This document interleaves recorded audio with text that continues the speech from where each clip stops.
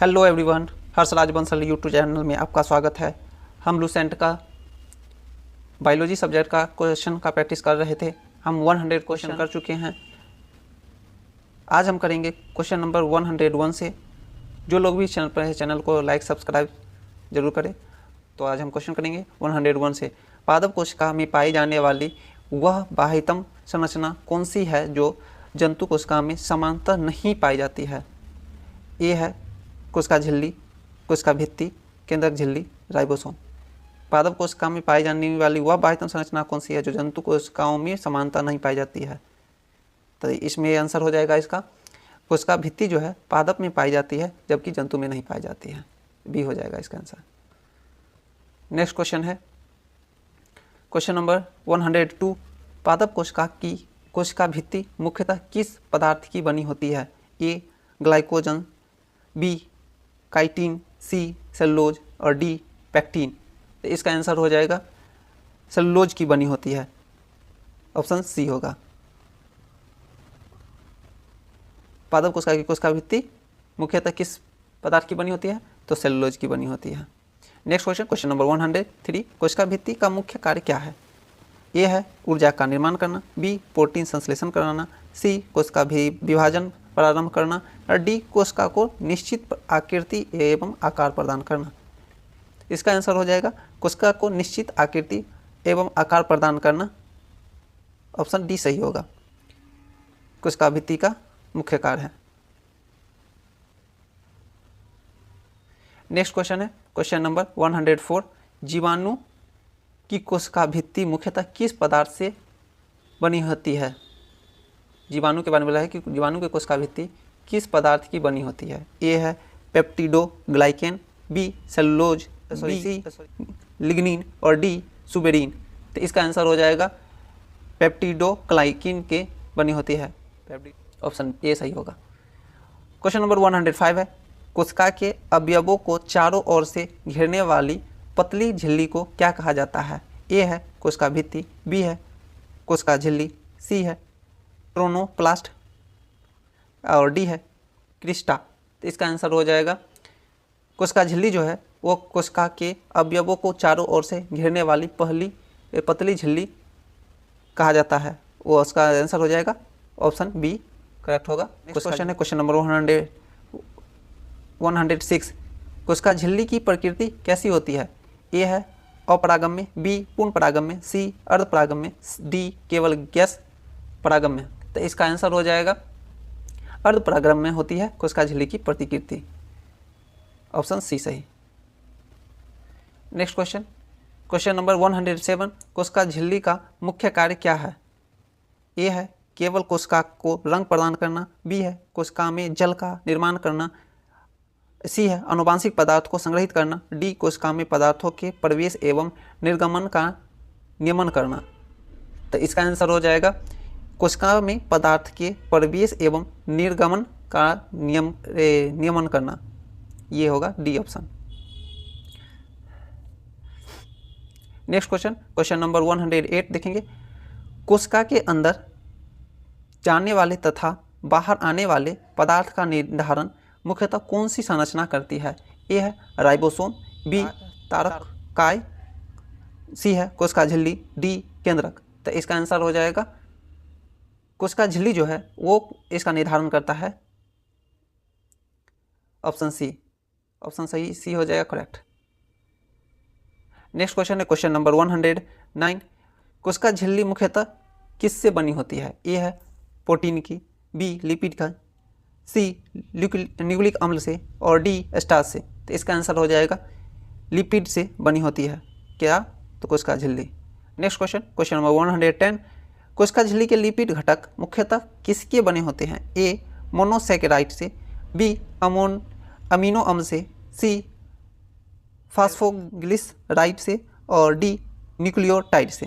तो इसका आंसर हो जाएगा फास्फोग्लिसराइड से बनी होती है। ऑप्शन सी करेक्ट हो जाएगा। क्वेश्चन नंबर 111 में जीव रासायनिक अनुसंधानों के अनुसार कोशिका झिल्ली में लिपिड के अतिरिक्त कौन से घटक पाए जाते हैं? ए प्रोटीन एवं कार्बोहाइड्रेट, बी डीएनए एवं आरएनए, सी केवल एंजाइम और डी केवल खनिज लवण।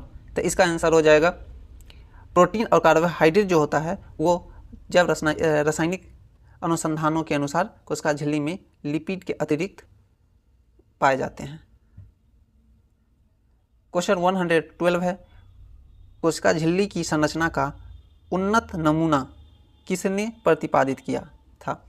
ए है वॉटसन एवं Crick, Watson and Crick, B Robert Hooke एवं लेवनहुक, सी सिंगर एवं निकोलसन और डी है स्लाइडन एवं स्वान।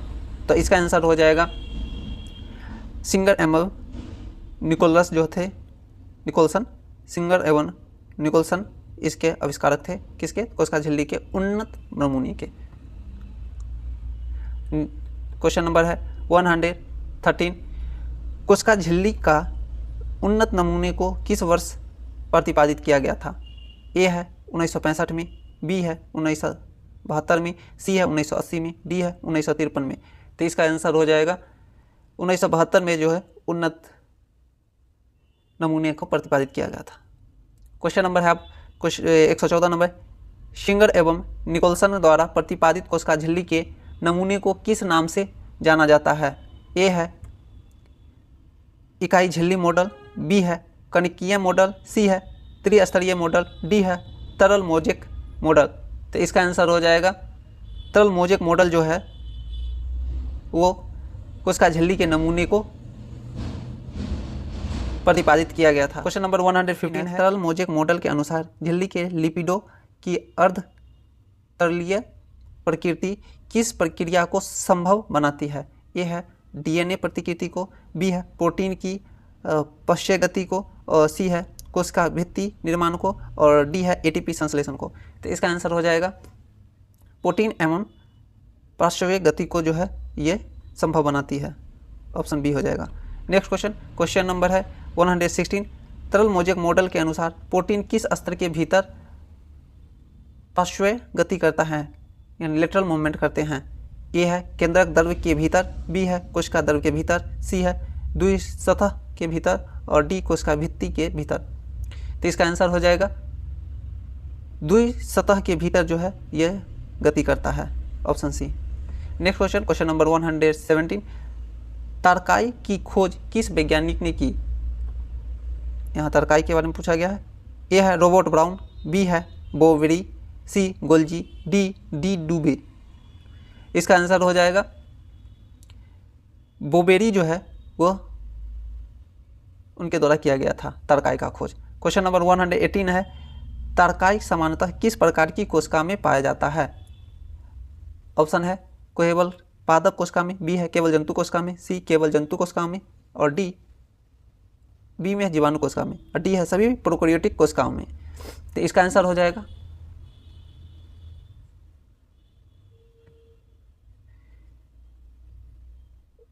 इसका आंसर होगा केवल जीवाणु कोशिका में जो है सो तारकाई पाया जाता है। ऑप्शन सी सही होगा। नेक्स्ट क्वेश्चन नंबर 119, तारकाई के भीतर पाए जाने वाले कण जैसी संरचना को क्या कहा जाता है? ए है क्रिस्टा, बी है सेंट्रियोल, सी है लाइसोसोम, डी है डिक्टियोसोम। इसका आंसर हो जाएगा सेंट्रियोसोल जो है, बी ऑप्शन सही होगा। सेंट्रियोसोल जो है सो वो रचना करने में मतलब तारकाई के भीतर पाई जाने वाली कण जैसी संरचना को सेंट्रियोल कहा जाता है। सेंट्रियोल जो है सो तारकाई के भीतर पाए जाने वाले कण को बोला जाता है। क्वेश्चन नंबर 120, तारकाई के भीतर समानतः कितनी सेंट्रियोल पाई जाती है? ए है केवल एक, केवल दो, एक या दो, और डी है 3 या 4। तो इसका आंसर हो जाएगा 1 या 2। Option C. Next question number 121, समसूत्री विभाजन में समय तारकाई का मुख्य कार्य क्या है? ए है कोशिका भित्ति बनाना, बी ध्रुव का निर्माण करना, सी भोजन का संचय करना, डी कोशिका को रंग देना। तो इसका आंसर हो जाएगा ध्रुव का निर्माण करना जो है इसका मुख्य कार्य है। बी हो जाएगा इसका करेक्ट आंसर। क्वेश्चन नंबर 122, अंतर्द्रव्य जालिका किस प्रकार की कोशिका द्रव्य में पाई जाती है? किस प्रकार की कोशिका के कोशिका में पाई जाती है? ए केवल प्रोकैरियोटिक कोशिका में, बी है केवल विषाणु में, सी केवल जीवाणु में और डी यूकैरियोटिक कोशिका में। तो इसका आंसर हो जाएगा यूकैरियोटिक कोशिका में जो है सो पाया जाता है अंतर्द्रव्यजालिका, और ऑप्शन डी सही होगा। Next question, question number 123। अंतर्द्रव्यजालिका का स्वरूप सामान्यतः कैसी होती है? ऑप्शन है ए पृथक गोल कणों का समूह, बी चपटे आपस में जुड़े थैलीयुक्त छोटी नलिका का जाल, सी केवल ठोस दानों का समूह, डी केवल धागे नुमा तंतु। तो इसका आंसर होगा चपटे आपस में जुड़े थैलीयुक्त छोटी नलिका का जाल, ऑप्शन बी करेक्ट होगा। 124 नंबर, अंतर्द्रव्यजालिका सामान्यतः कोशिका के किस भाग में फैली रहती है? ए कोशिका भित्ति के बाहर, बी केंद्रक के बाहर शून्य स्थान में, सी कोशिका द्रव्य में और डी केवल रिक्तिका में। तो इसका आंसर होगा कोशिका द्रव्य में जो है वो अंतर्द्रव्यजालिका समानता फैली होती है, ऑप्शन सी सही होगा। और आज का लास्ट क्वेश्चन है, क्वेश्चन नंबर 125, प्रायः राइबोसोम अंतर्द्रव्यजालिका की किस सतह पर चिपके रहते हैं? ए है भीतरी सतह पे, बी है मध्य भाग में, सी है बाहरी सतह पे और डी है किनारे से बाहर स्वतंत्र रूप में। तो इसका आंसर हो जाएगा बाहरी सतह पे वो चिपके होते हैं, ऑप्शन सी सही होगा।